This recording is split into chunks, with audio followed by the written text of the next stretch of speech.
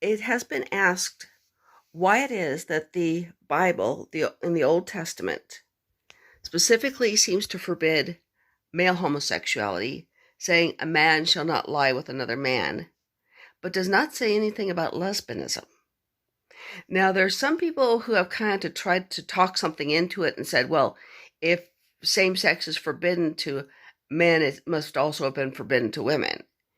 But this makes very little sense.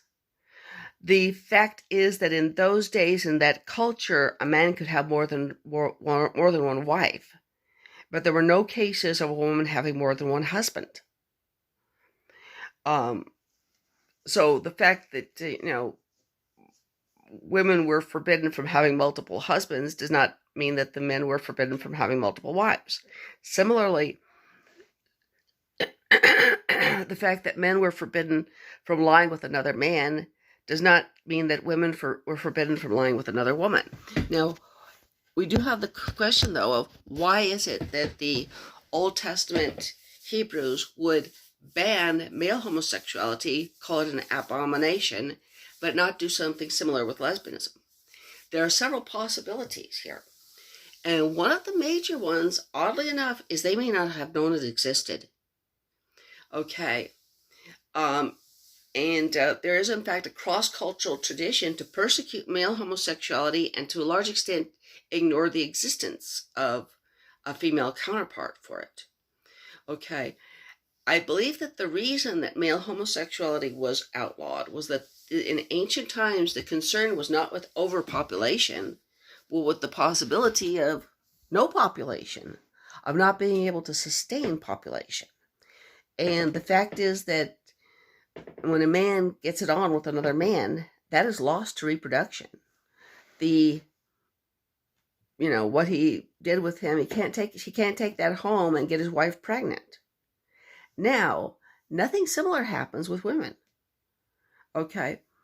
And in addition, another thing about that is that the primary concern with women was that they not get pregnant before a man could be held responsible for helping raise the child through marriage, and that the baby that they had was biologically the child of the husband.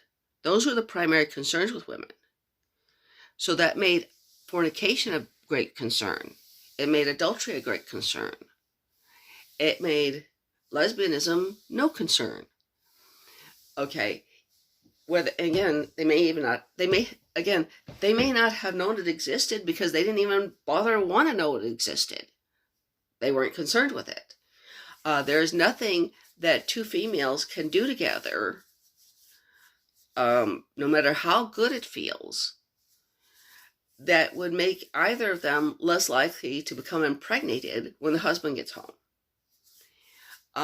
It's also, another thing about it is that somebody said that, when you think about male homosexuality, you think of something that is very, very physical.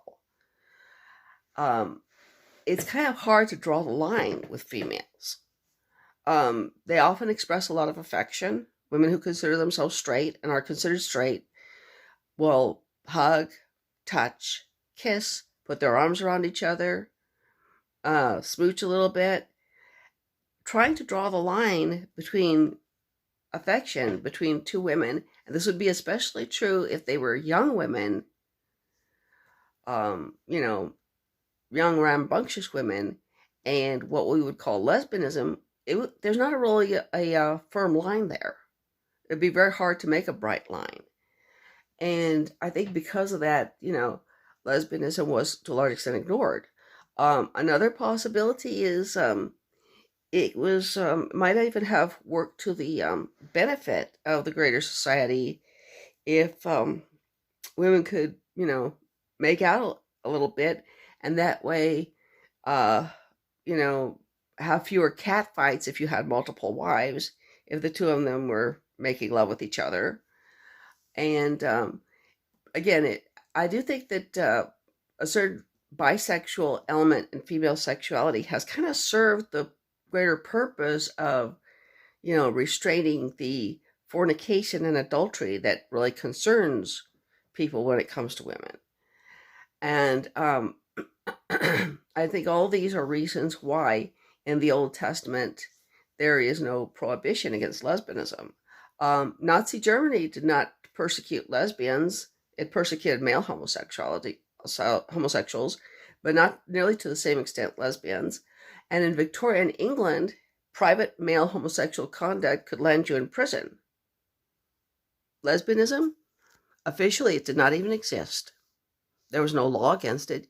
You can't put a law against something that you don't even know exists. And anyway, I hope you enjoyed hearing that, and will subscribe to my channel, and have a nice day.